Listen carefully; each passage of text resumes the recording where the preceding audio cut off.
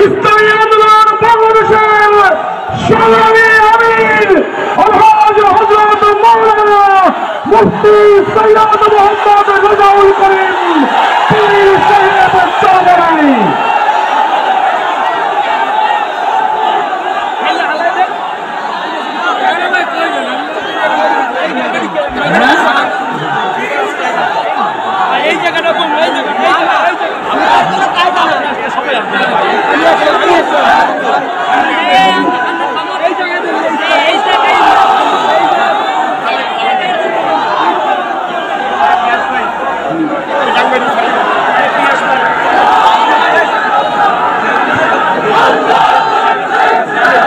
আসসালামু আলাইকুম ওয়া রাহমাতুল্লাহি ওয়া বারাকাতুহু।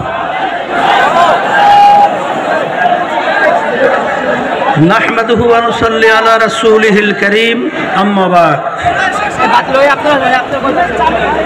আউযু বিল্লাহি মিনাশ শাইতানির রাজীম। বিসমিল্লাহির রাহমানির রহিম। ওয়া লা তাহিনু ওয়া লা তাহজানু ওয়া আনতুমুল আ'লাউনা ইন কুনতুম মুমিনিন। সাল্লাল্লাহুল আলিয়্যুল আযীম। درود شريف اللهم صل على سيدنا وحبيبنا ومولانا محمد صلى الله عليه وعلى آله وأصحابه وبارك وسلم। আম্মা বাদ। আজকে বিশেষ করে যে উদ্দেশ্যে এই মহাসমাবেশ ডাকা হয়েছিল, আপনারা বিভিন্ন পর্যায়ে বিভিন্ন আলোচকদের মাধ্যমে আমরা মূল বিষয়টা অনেকটাই আল্লাহর রহমতে পরিষ্কার হয়েছে। এখন আমরা আপনাদের সামনে দেশের অবস্থান এবং আমরা কি চাই এ বিষয়ে আমরা লিখিত বক্তব্য আপনাদের সামনে পেশ করছি। নাহমাদুহু ওয়া নুসাল্লি আলা রাসূলিহিল কারীম, আম্মা বা'দ। নিত্য প্রয়োজনীয় দ্রব্যের অস্বাভাবিক মূল্য বৃদ্ধির প্রতিবাদ, শিক্ষা সিলেবাসে ধর্মীয় শিক্ষার সংকোচন বন্ধ, ইসলাম দেশ ও মানবতা বিরোধী মদের বিধিমালা বাতিল, স্বাধীনতার মূল লক্ষ্য সাম্য, মানবিক মর্যাদা ও সামাজিক ন্যায় বিচার প্রতিষ্ঠা এবং দুর্নীতি ও সন্ত্রাস মুক্ত কল্যাণ রাষ্ট্র গঠনে ইসলামী হুকুমত কায়েমের লক্ষ্যে ইসলামী আন্দোলন বাংলাদেশের উদ্যোগে আয়োজিত আজকের এই জাতীয় মহাসমাবেশে উপস্থিত জাতীয় নেতৃবৃন্দ, ইসলামী আন্দোলন বাংলাদেশ, ইসলামী শ্রমিক আন্দোলন, ইসলামী যুব আন্দোলন, ইসলামী ছাত্র আন্দোলন বাংলাদেশ, জাতীয় উলামা মাশায়েখ আইম্মা পরিষদ, জাতীয় শিক্ষক ফোরাম, ইসলামী মুক্তিযোদ্ধা পরিষদ ও ইসলামী আইনজীবী পরিষদ এর কেন্দ্রীয় নেতৃবৃন্দ, ওলামায়ে কেরাম, শিক্ষাবিদ ও সাংবাদিক বন্ধুগণ, আইন শৃঙ্খলা রক্ষার দায়িত্বে নিয়োজিত প্রশাসনের কর্মকর্তা ও সদস্যবৃন্দ, ইসলামী আন্দোলন বাংলাদেশ ও সকল সহযোগী সংগঠনের জেলা, মহানগর সহ সকল শাখা থেকে আগত নেতৃবৃন্দ, সমবেত দেশপ্রেমিক শান্তিকামী জনতা, নানা প্রতিকূলতার মাঝেও রমজানের আগ মুহূর্তে ত্যাগ স্বীকার করে আজকের মহাসমাবেশে উপস্থিত হওয়ায় আমি শুরুতেই সবাইকে আন্তরিক মোবারকবাদ জানাচ্ছি। আমি কৃতজ্ঞতার ভরে স্মরণ করা সকল মুক্তিযোদ্ধা সহ দেশের জন্য আত্মদানকারী সকল বীর সেনানীদের।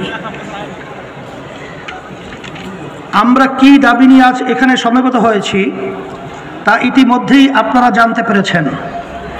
স্বাধীনতার 50 বছর পরেও বাংলার মানুষকে খাদ্য, নিরাপত্তা, সাম্য, মানবিক মর্যাদা, সামাজিক ন্যায় বিচার, ভোটের অধিকারের জন্য আন্দোলন করতে হবে, মদের বিধিমালার বিরুদ্ধে আন্দোলন করতে হবে, ধর্মীয় শিক্ষার নিশ্চয়তা এবং সুষ্ঠু নির্বাচনের দাবিতে রাজপথে নামতে হবে, একথা ভাবতেও আমাদের লজ্জা হয়।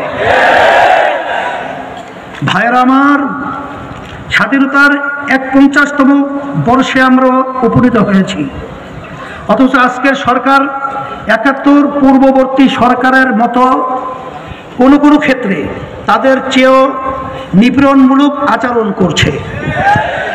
আমরা দীর্ঘ 1 মাসেরও আগে ঘোষণা দিয়েছি যে 31শে মার্চ সোহরাওয়ার্দী উদ্যানে জাতীয় মহাসমাবেশ অনুষ্ঠিত হবে। সরকার নানা টালবাহানা করে প্রথমে তারিখ বদলাতে বাধ্য করেছে। তারপরেও আমরা আশা করেছিলাম যে পরবর্তীতে তারিখে সোহরাওয়ার্দী উদ্যানেই মহাসমাবেশ অনুষ্ঠিত হবে, কিন্তু তারা চরম অসৌজন্যমূলক আচরণ করে সেখানে সমাবেশ করতে দেয় নাই।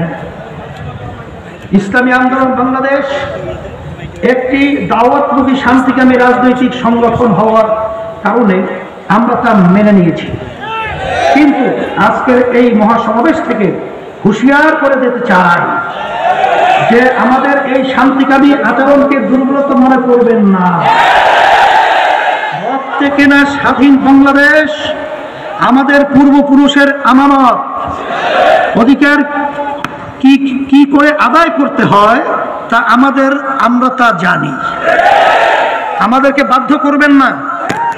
এদেশবাসীকে বাধ্য করার পরিণতি কত খারাপ হতে পারে তা 71 থেকে শিক্ষা নিতে আহ্বান করছি। ভাইয়েরা আমার, আজকে দেশে সাধারণ নাগরিকদের কোনো অধিকার নেই, কোনো সম্মান নেই। সকল অধিকার ভোগ করছে ক্ষমতাসীন এবং তাদের দোসররা। অথচ স্বাধীনতা উত্তর দেশের মানুষ স্বপ্ন দেখেছিল স্বাধীন দেশে তাদের ন্যায্য অধিকার ফিরে পাবে, স্বাধীন নাগরিক হিসেবে মর্যাদা পাবে, সম্মান পাবে, বাক স্বাধীনতা পাবে, ন্যায় বিচার পাবে, জান মাল ইজ্জত আবরু এবং জীবনের নিরাপত্তা নিয়ে বেঁচে থাকতে পারবে, অর্থনৈতিক সাম্য রুটি রুজির নিশ্চয়তা পাবে, একটি আত্মমর্যাদাশীল জাতি হিসাবে পৃথিবীর মানচিত্রে স্থান পাবে। কিন্তু দুঃখের বিষয় হলো স্বাধীনতা পরবর্তী যারাই ক্ষমতায় এসেছে সবাই জনগণের স্বপ্নকে গলা টিপে হত্যা করেছে, সবাই জনগণের সাথে অঙ্গীকার ভঙ্গ করেছে, গণমানুষের সঙ্গে প্রতারণা করেছে, দেশ শাসনের নামে জনগণকে জিম্মি করে রেখেছে, জনগণের সকল মৌলিক অধিকার হরণ করেছে, জনগণের সম্পদ লুণ্ঠন করেছে, গণতন্ত্রের নামে সর্বত্র দলীয়করণ এবং স্বৈরতন্ত্র প্রতিষ্ঠা করেছে, গুম ও খুনের রাজত্ব কায়েম করেছে, দুর্নীতি লুটপাট এবং সুদ ও ঘুষকে রাষ্ট্রীয় নীতি হিসেবে প্রতিষ্ঠা করেছে। শাসক শ্রেণীর এহেন কর্মকাণ্ডের ফলে স্বাধীনতা আজ অর্থহীন হয়ে পড়েছে। গোটা সমাজ ও রাষ্ট্র ব্যবস্থায় এক ধরনের নৈরাজ্য চলছে, জনতাকে দুর্ভিক্ষের দিকে ঠেলে দেওয়া হয়েছে, জাতিকে নেশাগ্রস্ত করে স্বার্থ হাসিলের পায়ে তারা চলছে। দেশ আর এভাবে চলতে পারে না। সংগ্রামী ভাইয়েরা আমার, গণমাধ্যমের পরিসংখ্যান অনুযায়ী 2010 থেকে 2020 সাল পর্যন্ত দ্রব্য মূল্য বেড়েছে 95%, জীবনযাত্রা ব্যয় বেড়েছে 92%, চালের দাম দ্বিগুণ হয়েছে, আটার দাম বেড়েছে 74%, 43% মানুষ বেঁচে থাকার জন্য খাবারের ব্যয় কমাতে বাধ্য হয়েছে। বিশ্বে বাংলাদেশই একমাত্র দেশ যেখানে নিম্নতম মজুরি আন্তর্জাতিক দরিদ্র সীমার নিচে। ILO জানিয়েছে 2010 সাল থেকে 2019 সালে এশিয়া ও প্রশান্ত মহাসাগরীয় অঞ্চলে সবচেয়ে বেশি হারে প্রকৃত নিম্নতম মজুরি কমেছে বাংলাদেশে। ভাইরা আমার, সরকার প্রায় দেশের মানুষের ক্রয় ক্ষমতা বাড়ার নানা চমকপ্রদ তথ্য দেয়, কিন্তু সিপিডির এক গবেষণায় দেখা গেছে যুক্তরাষ্ট্র কিংবা মালয়েশিয়ার একজন শ্রমিকের চেয়ে কম বেতন পেয়েও তাদের চেয়ে বেশি দামে নিত্য প্রয়োজনীয় পণ্য কিনছেন ঢাকার শ্রমিকেরা। আন্তর্জাতিক বাজারের চেয়ে 1.5 থেকে 2 গুণ বেশি দামে পণ্য কিনতে হচ্ছে ঢাকার একজন শ্রমিককে। ভাইরা আমার, এই দাম বাড়ার কারণ মূলত কৃত্রিম মধ্যস্বত্ব ভোগীদের কারণেই দাম বাড়ে বলে মন্ত্রণালয়ের প্রতিবেদনেই উঠে এসেছে। সরকার দলের সমর্থন পুষ্ট মধ্যস্বত্ব ভোগীরা স্তরে স্তরে দ্রব্যের দাম বৃদ্ধি করে, পথে ঘাটে পুলিশ স্থানীয় মাস্তানরা চাঁদাবাজি করে, বিদেশ থেকে পণ্য আমদানি করার ক্ষেত্রে সরকার ঘনিষ্ঠ ব্যবসায়ীরা নানা ধরনের কারসাজি করে পণ্যের দাম বৃদ্ধি করে। সরকারের ভুল মুদ্রানীতি, শুল্ক নীতি, আমদানি সিদ্ধান্তে অপরিণামদর্শিতা দ্রব্যমূল্য বৃদ্ধির অন্যতম কারণ। দ্রব্যমূল্যের এই লাগামহীন বৃদ্ধি দেশে এক ধরনের দুর্ভিক্ষ জন্ম দিয়েছে। লক্ষ লক্ষ মানুষ ক্ষুধা পেটে ঘুমাতে যাচ্ছে। খাবারের জন্য খাদ্য ট্রাকের পিছনে মানুষ দৌড়াচ্ছে। বাস্তবতার আলোকে আমরা দেখতে পাচ্ছি এই পরিস্থিতি সম্পূর্ণ অর্থেই কৃত্রিম এবং তা বর্তমান সরকারের ব্যর্থতা ও সরকার দলীয় লোকদের নির্লজ্জ লোভের ফসল। সেজন্য ইসলামী আন্দোলন বাংলাদেশ জোর দাবি জানাচ্ছে অবিলম্বে দেশের খাদ্য উৎপাদন, সরবরাহ, বিতরণ ও সংরক্ষণ সহ প্রতিটি স্তরে মধ্যস্বত্বভোগীদের উৎপাদ কঠোর হাতে দমন করতে হবে। টিসিবিকে শক্তিশালী করে দেশবাসী রাষ্ট্রীয় খাদ্য সরবরাহ প্রণালী গড়ে তুলতে হবে। সিন্ডিকেটবাজি বন্ধ করতে আইন শৃঙ্খলা বাহিনীকে কঠোর হতে হবে। রাষ্ট্রীয় সিদ্ধান্ত গ্রহণে ব্যবসায়ীদের দৌরত্ব কমাতে হবে। যে কোনো মূল্যে খাদ্যদ্রব্যের দাম সহনীয় করতে হবে। সরকার যদি এই ক্ষেত্রে ব্যর্থ হয় তাহলে তাদেরকে ক্ষমতা থেকে সরে যাওয়ার আহ্বান জানাচ্ছি। আমার আল্লাহ তাআলা বলেছেন, ইয়া আইয়ুহাল্লাযীনা আমানু ইন্নামাল খামরু ওয়াল মাইসিরু ওয়াল আনসাবু ওয়াল আজলাম রিজসুম মিন আমালিশ শাইতান ফাজতানিবুহু লাআল্লাকুম তুফলিহুন। হে মুমিনগণ, নিশ্চয়ই মদ, জুয়া, প্রতিমা, বেদী ও ভাগ্য নির্ধারক তীর সমূহ নাপাক শয়তানের কর্ম। সুতরাং তোমরা তা পরিহার করো যাতে তোমরা সফল কাম হতে পারো। রাসূল আকরাম সাল্লাল্লাহু আলাইহি ওয়াসাল্লাম বলেন, আল্লাহ রাব্বুল আলামিন অভিশাপ দিয়েছেন মদের উপর, তা পানকারীর উপর, যে পান করায় তার উপর, যে বিক্রি করে তার উপর, যে তার নিষ্কাশন করে এবং যার আদেশে নিষ্কাশন করে তার উপর, আর যে ব্যক্তি তা বহন করে এবং যার কাছে পৌঁছে দেয় সবার উপর। এটা হাদিস আবু দাউদ শরীফের হাদিসের ভিতরে আসছে। 92 ভাগ মুসলমানের দেশ বাংলাদেশে গত 5ই ফেব্রুয়ারি প্রকাশিত অ্যালকোহল নিয়ন্ত্রণ বিধিমালা 2022 নামক মদ সহায়ক একটি বিধিমালা গেজেট আকারে প্রকাশ করা হয়েছে। এই বিধিমালা পড়লে যে কারো মনে হবে সরকার দেশে মদ ও অ্যালকোহল আমদানি, রপ্তানি, উৎপাদন, প্রক্রিয়াজাতকরণ, সরবরাহ, বিপণন ও ক্রয় বিক্রয় এবং সংরক্ষণের দুয়ার উন্মুক্ত করতে চাইছে। গেজেটে বলা হয়েছে 21 বছরের ঊর্ধ্বের যে কেউ শর্ত সাপেক্ষে মদ পানের আবেদন করতে পারবে। এর অর্থ হলো 21 বছরের উপরের সবার জন্যই মদ পান করার বৈধতা দেওয়া হয়েছে।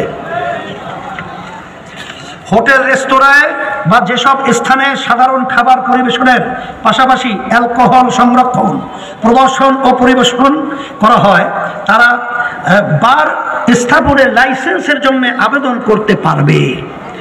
এই ধারার ফলে আগামীতে মানুষ হয়তো দোকানে গিয়ে কোমল পানীয়র মতো করে মদ চাইবে। কোনো এলাকায় 100 জন দেশি মদ বা বিদেশি মদের পারমিটধারী থাকলে অ্যালকোহল বিক্রয় লাইসেন্স দেওয়া যাবে।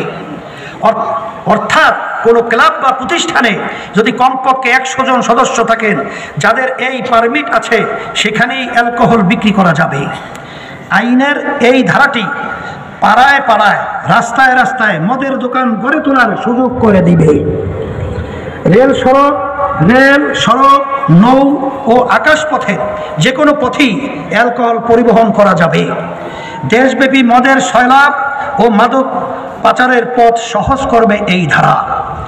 এছাড়াও পুরো বিধিমালাতে এমন সব ধারা উপধারা যোগ করা হয়েছে তাতে মদকে একটি সাধারণ ও সহজলভ্য পানিতে বানিয়ে ফেলা হয়েছে, যার মাধ্যমে গোটা দেশের তরুণ প্রজন্মকে ধ্বংসের দিকে ঠেলা দেয়া হয়েছে। ভাইয়ের আমার, বিশ্ব স্বাস্থ্য সংস্থার হিসাবে বাংলাদেশে মদ সেবনের কারণে লিভার সিরোসিসে আক্রান্ত হয়ে 2016 সালেই মারা গেছে 2000-এরও বেশি মানুষ। এছাড়া মদ্যপানজনিত ক্যান্সার ও মদ্যপানের পর ড্রাইভিংয়ের সময় দুর্ঘটনায় মৃত্যু হয়েছে আরও অন্তত 1000 মানুষের। সব মিলিয়ে ওই বছর মদ্যপান জনিত কারণে মৃত্যুর সংখ্যা 3000-এরও বেশি। প্রতি বছর বিশ্বব্যাপী মদ সেবনের ক্ষতিকর প্রভাবে মারা যায় 30 লক্ষের মতো মানুষ।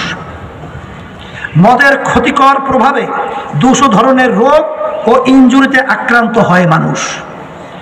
বাংলাদেশ থেকে 39 বছর বয়সী যারা মারা যায় তাদের মধ্যে 13.5 মদ্যপান জনিত কারণে মারা যায়। মদ সেবনের প্রতিক্রিয়ায় মানসিক ও আচরণগত সমস্যা দেখা দেয় অনেকের মধ্যে। 2018 সালের তথ্য মতে বাংলাদেশে 15 বছরের বেশি বয়সীদের 0.8% মানুষ মদ পান করে। এই স্বল্প সংখ্যক মানুষের জন্য সরকার এমন ঘটা করে বিধিমালা প্রণয়ন করছে, অথচ দেশে সড়ক দুর্ঘটনায় প্রতিদিন অন্তত গড়ে 20 জন মারা যায়। তাদের নিয়ে সরকারের কোনো বিচার বা কোনো চিন্তা নাই।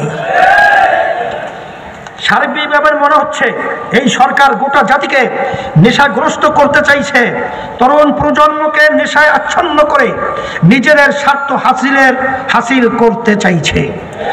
ভাইয়ের আমার, বাংলাদেশের সংবিধানের 2য় ভাগে রাষ্ট্র পরিচালনার মূলনীতি পর্বে ধারা 18-তে বলা হয়েছে, 1. জনগণের পুষ্টির স্তর উন্নয়ন ও জনস্বাস্থ্যের উন্নতি সাধনকে রাষ্ট্র অন্যতম প্রাথমিক কর্তব্য বলিয়া গণ্য করিবেন এবং বিশেষত আরোগ্যের প্রয়োজন কিংবা আইনের দ্বারা নির্দিষ্ট অন্যবিধ প্রয়োজন ব্যতীত মদ্য ও অন্যান্য মাদক পানীয় এবং স্বাস্থ্যহানিকর বেজসের ব্যবহার নিষিদ্ধকরণের জন্য রাষ্ট্র কার্যকর ব্যবস্থা গ্রহণ করিবেন। 2. সংবিধানের ধারা গণিকাবৃত্তি ও জুয়া খেলা নিরোধের জন্য রাষ্ট্র কার্যকর ব্যবস্থা গ্রহণ করিবেন। জনস্বাস্থ্যের জন্য ক্ষতিকর হিসেবে সর্বজন স্বীকৃত মদকে ব্যাপকভাবে ছড়িয়ে দেওয়ার এই বিধিমালা আমাদের সংবিধানের সাথেও সাংঘর্ষিক। ফলে 92% মুসলমানের দেশে ইসলাম কর্তৃক হারাম এবং আমাদের সংবিধান কর্তৃক নিষিদ্ধ মদের ব্যবহার সহজ করে এমন কোনো বিধিমালা মেনে নেওয়া হবে না। আমরা সরকারের প্রতি জোর দাবি জানাচ্ছি, অবিলম্বে এই বিধিমালা সংশোধন করে মদকে বাংলাদেশে নিষিদ্ধ করুন।